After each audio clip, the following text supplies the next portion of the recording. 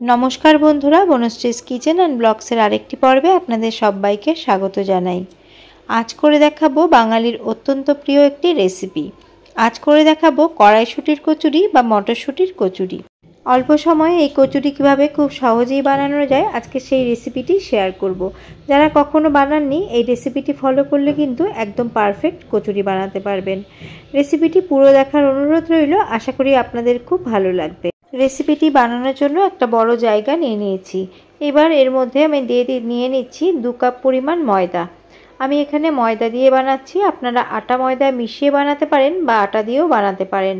পরিমাণ মতো দিয়ে দিলাম নুন আর দিয়ে দিলাম হাফ চামচের থেকে সামান্য একটু কম চিনি। দিয়ে এগুলো একটুখানি আমি মিশিয়ে নেব। তার আগে এর মধ্যে আমি ময়ানের জন্য দিয়ে দিচ্ছি রিফাইন্ড অয়েল। এখানে আমি দিয়ে দিচ্ছি 3 টেবিল চামচ মতো রিফাইন্ড অয়েল। 2 কাপ আটাতে 3 টেবিল চামচ মতো রিফাইন্ড অয়েল ব্যবহার করলাম। এবার ভালো করে এটাকে ময়ান দিয়ে নেব। এবার সমস্ত কিছু ময়দার সাথে খুব ভালো করে মিশিয়ে নেব। লুচির জন্য যেভাবে ময়ান দেওয়া হয় কচুরির জন্য তার থেকে কিন্তু একটু বেশি করে ময়ান দিতে হবে।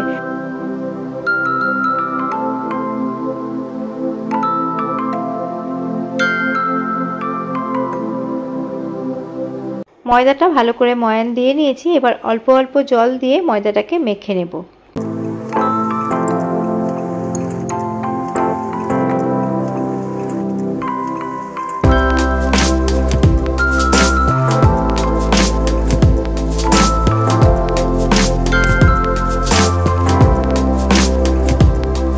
ময়দাটাকে ভালো করে মেখে নিয়েছি, আর একটু ডোলে ডোলে মাখলে কিন্তু কচুরিটা খুব নরম হবে। আর দেখুন যেভাবে লুচির জন্য বানানো হয় সেভাবেই কিন্তু ডোটা তৈরি করেছি। এবার হাতের মধ্যে সামান্য একটু সাদা তেল নিয়ে আমি ওপরের দিকে একটুখানি এইভাবে মাখিয়ে নিলাম। মাখিয়ে নিয়ে এটাকে এখন রেস্টে রেখে দেব। যদি হাতে সময় থাকে তাহলে আধা ঘন্টা মতো রাখলে এটা ভালো হবে। ময়দাটাকে রেস্টে রেখে দিয়ে এখন আমি পুরটা তৈরি করব। তার জন্য 1 বাটি নিয়ে নিয়েছি মটরশুঁটি। এই ফ্রেশ মটরশুঁটি দিয়ে কিন্তু কচুরি দারুণ লাগে। এখানে 250 গ্রাম মটরশুঁটিকে আমি ছাড়িয়ে নিয়েছি। আজকে অল্প করে কচুরি বানাবো, তার জন্য 2 কাপ ময়দা আমি মেখে নিয়েছি। আর 2 কাপ ময়দার জন্য কিন্তু 1 বাটি মটরশুঁটি যথেষ্ট। এবার এগুলোকে পেস্ট করে নেব। তার জন্য আমি মিক্সার গ্রাইন্ডারে ছোট জার নিয়ে নিয়েছি। সমস্ত মটরশুঁটিগুলো দিয়ে দিলাম। দিয়ে দিচ্ছি 3টে কাঁচা লঙ্কা। ঝালের পরিমাণ আপনারা মটরশুঁটির পরিমাণ হিসেবে বাড়িয়ে বা কমিয়ে নেবেন। দিয়ে দিচ্ছি পরিমাণ মতো নুন। এখানে হাফ চামচের থেকে সামান্য একটু কম নুন দিয়েছি। আর দিয়ে দিলাম পরিমাণ মতো চিনি। চিনিটাও আমি পরিমাণ মতো দিয়েছি। আর দিয়ে দিচ্ছি হাফ চা চামচ জিরে গুঁড়ো। এবার দিয়ে দিচ্ছি এর মধ্যে 1 চা চামচ আদা বাটা।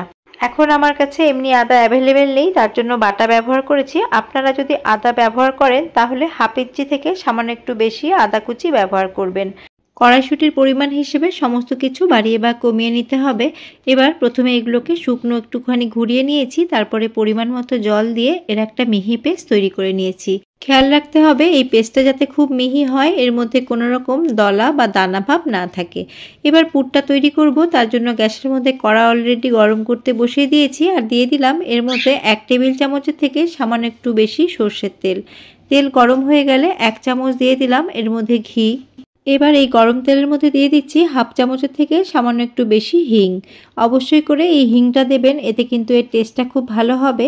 এবার যে আমি পেস্ট করেছিলাম সেই পেস্টটা এর মধ্যে দিয়ে দিচ্ছি। গ্যাসের ফ্লেমটাকে কিন্তু এই সময় একদম লোতেই রেখেছি।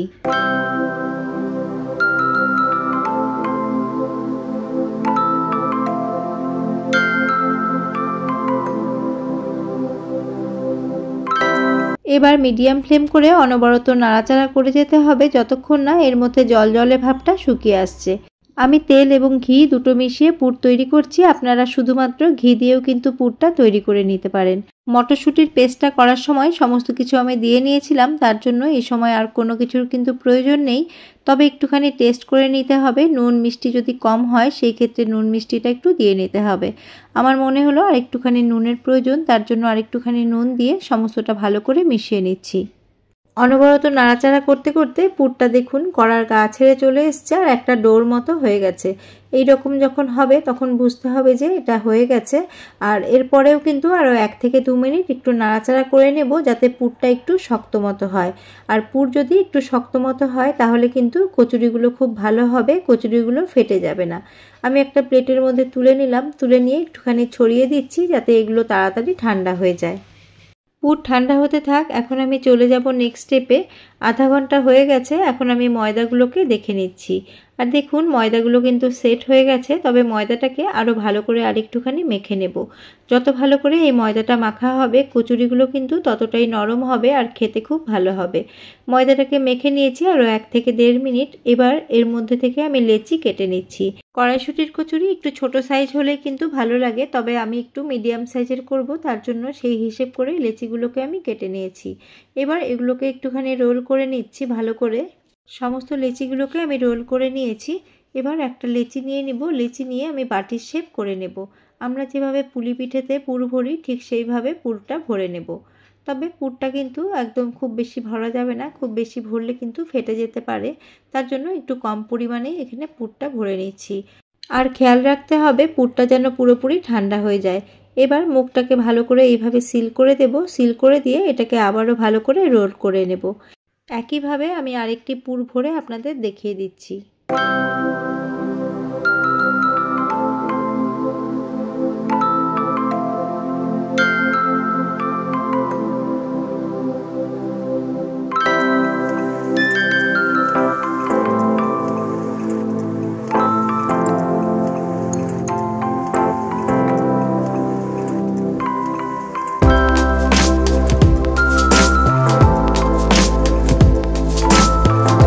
সবগুলো লেচির মধ্যে পুর ভরে নিয়েছি আর এতটুকু পুর বেঁচে গেছে।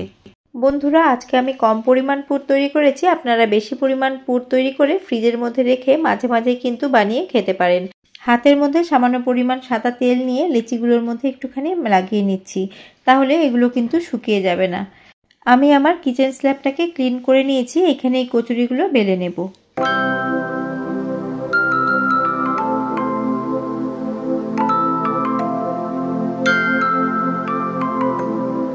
কচুরিগুলো বেলার জন্য শুকনো ময়দার ব্যবহার করব না, প্রয়োজন পড়লে সামান্য একটু তেল দিয়ে এগুলোকে বেলে নেব। বেলার জন্য আমার ময়দা বা তেল কোনো কিছুরই প্রয়োজন হলো না। একটা আমি বেলে নিলাম, একইভাবে আমি আরেকটা কচুরিও বেলে নিচ্ছি। এইভাবে যতগুলো কচুরি আমি ভাজবো ততগুলোকে বেলে নেব। বেলে নিয়ে একবারে ভেজে নেব।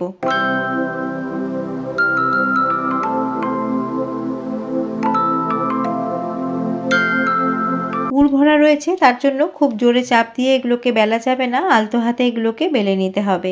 আর দেখুন এইভাবে আমি বেলে নিয়েছি। যে কটা কচুরি বানাবো সে কটাকে আমি বেলে নিয়েছি আর ভাজার জন্য অলরেডি আমি তেল গরমও করে নিয়েছি। এবার একে একে কচুরিগুলোকে ভেজে নেব।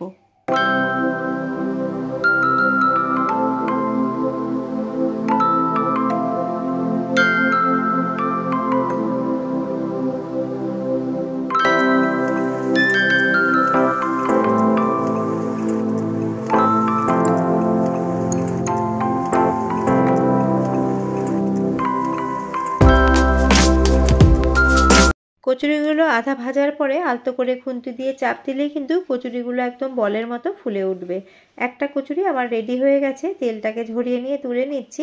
একইভাবে আমি অন্য কচুরিগুলোকেও ভেজে নিচ্ছি। কড়াইশুঁটির কচুরি বানাতে আপনারা সকলেই জানেন, আমি যেভাবে বানাই সেটাই শেয়ার করছি। যারা নতুন রাঁধুনি কখনোই বানাননি কড়াইশুঁটির কচুরি, তারা যদি আমার রেসিপি ফলো করে বানান তাহলে কিন্তু একদম পারফেক্ট আপনারা কচুরি বানাতে পারবেন। পুরনো বন্ধুদের অসংখ্য ধন্যবাদ আমার পাশে সবসময় থাকার জন্য। আর নতুন বন্ধু যারা আমার চ্যানেলটিকে ভিজিট করেছেন, আমার চ্যানেলের ভিডিও ভালো লেগে থাকলে আমার চ্যানেলটিকে সাবস্ক্রাইব করার অনুরোধ রইল। আর পাশে থাকা বেল আইকনটির অল প্রেস করে দিলে আমার নিত্য নতুন ভিডিওর আপডেট সবচেয়ে আগে আপনারা পেয়ে যাবেন। আর কথা বলতে বলতে আমার কচুরিগুলো কিন্তু ভাজা অলরেডি হয়ে গেছে। কড়াইশুঁটির কচুরির সাথে আলুর দম বা ছোলার ডাল সবচেয়ে বেশি ভালো লাগে, তবে আমি আজকে বানিয়েছি আলু ফুলকপির রসা। আলু ফুলকপির রসার সাথে আজকে আমি সার্ভ করে দেব।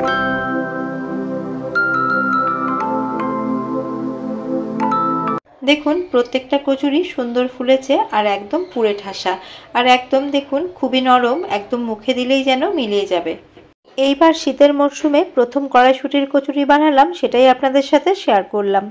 রেসিপিটি কেমন লাগলো কমেন্ট করে জানাবেন। ভালো লেগে থাকলে ফ্রেন্ডস অ্যান্ড ফ্যামিলির সাথে শেয়ার করার অনুরোধ রইল।